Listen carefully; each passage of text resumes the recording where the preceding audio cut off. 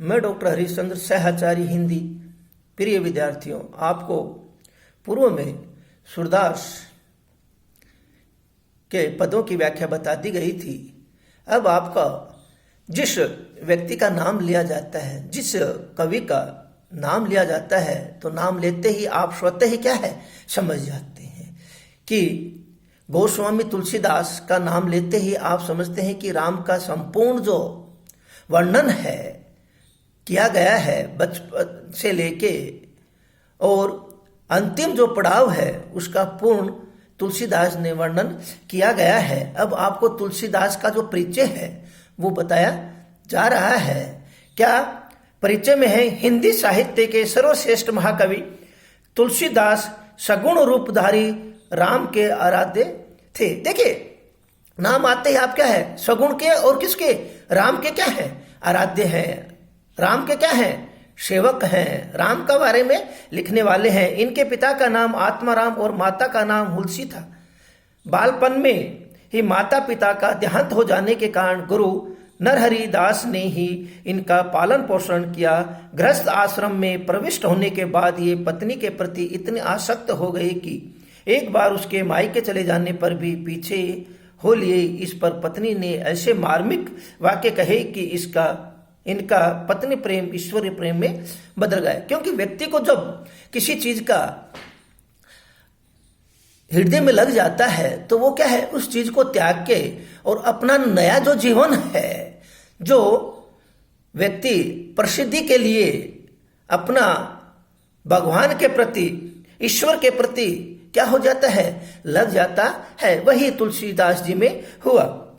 इन्होंने अनेक ग्रंथ लिखे। इनमें रामचरितमानस, कवितावली, गीतावली, विनय पत्रिका, कृष्ण गीतावली, दोहावली, पार्वती मंगल, जानकी मंगल और राम लला नहुछु प्रमुख है। इनकी रामचरितमानस हिंदी साहित्य का सर्वोत्कृष्ट महाकाव्य माना जाता है। सर्वसाधारण में यह रामायण के नाम से प्रसिद्ध है। इसका कथानक राम कथा पर आधारित है। संपूर्ण काव्य 7 सोपानों में विभक्त है। इसमें राम जन्म से लेकर रावण वध तक की कथा है। तुलसी ने इस प्रबंध काव्य के माध्यम से अनेक आदर्श प्रस्तुत किए हैं। शील, शक्ति और सौंदर्य के आगार, मर्यादा पुरुषोत्तम, लोक रक्षक राम की कल्पना की है। साहित्य में प्रचलित वीर, श्रृंगार, हास्य, करुण, वात्सल्य आदि सभी रस इनके काव्य में देखने को मिलते हैं। इनकी जो विशेषता है काव्य की वो है तुलसी ने एक आदर्श समाज एवं आदर्श धर्म की प्रतिष्ठा की है और पात्रों को आदर्श चित्रण द्वारा लोकहित एवं लोक मंगल की शिक्षा देते हुए संपूर्ण विश्व के मानव के सम्मुख आदर्श जीवन की रूपरेखा प्रस्तुत की है। दुष्टों को दलन एवं भक्तों के उद्धार हेतु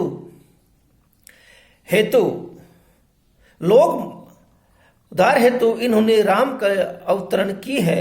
संपूर्ण रामचरितमानस असत्य प्रवृत्ति के दमन और सत्य प्रवृत्ति के विजय का क्या है कि असत्य का तो क्या है प्रवृत्ति का दमन किया है और सत्य का विजय किया है। प्रकृति के सुंदर और मनोहर चित्र भी इनके काव्य में देखने को मिलते हैं। स्थान स्थान पर वन, पर्वत, नदी, सरोवर, षट ऋतु आदि को मनमोहक छवियां संपूर्ण काव्य में बिखरी पड़ी है। प्रकृति के रमणीक और भयंकर दोनों ही रूपों की झांकी इनके काव्य में होती है। तुलसी की भाषा अवधि, यह सर्वजन सुलभ, व्यवहारिक एवं मुहावरेदार हैं। इनमें बाहों के अनुरूप प्रणयता थी। साधारण इनकी भाषा सरल और सुबोध है। अलंकारों के अंतर्गत उपमा, रूपक, उत्प्रेक्षा, दृष्टांत, व्यक्तिरेख, अप्रस्तुत, प्रशंसा, समासोक्ति आदि विविध अलंकारों का प्रयोग बड़ी सफलता के साथ किया है। अलंकारों का प्रयोग अपने कथन को सरस, सजीव, मार्मिक एवं प्रभावशाली बनने के लिए ही किया है। छंद विधान के अंतर्गत तुलसी ने मात्रिक और वर्णिक दोनों प्रकार के छंदों का सफल प्रयोग किया है। तुलसी ने धर्म, समाज एवं राजनीति में छाए हुए वैमनस्य को समाप्त कर समन्वय की स्थापना की तथा शैव एवं वैष्णव में ज्ञान और भक्ति में तथा सगुण नरगुण आदि विविध क्षेत्रों में समन्वय किया। देखिए, इन्होंने धर्म, समाज, राजनीति,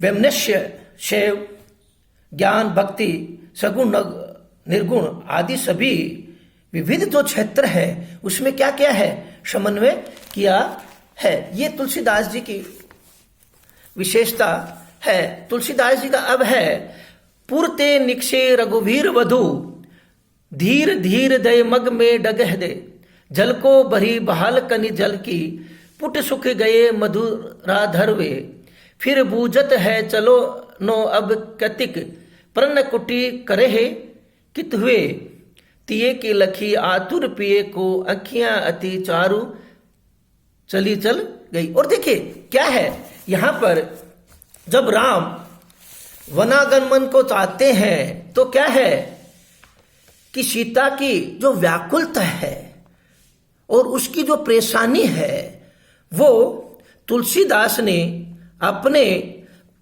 कवितावली के पद में प्रस्तुत की है। इससे अतीव भावपूर्ण चित्रण किया गया है। क्या है, पुरते निकले, कहां से? गोस्वामी तुलसीदास जी कहते हैं कि घर से। कौन? राम, सीता और लक्ष्मण क्या है, अयोध्या नगर से बाहर निकले।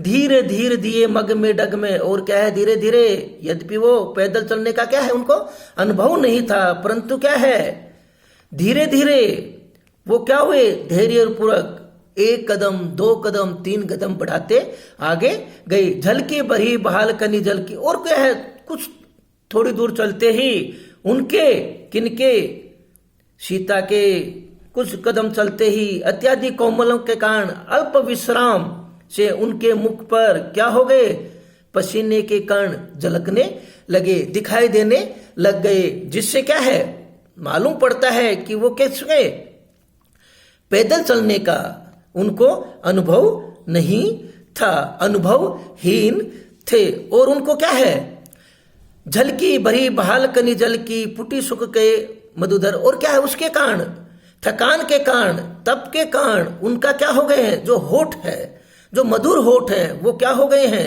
सूख गए हैं।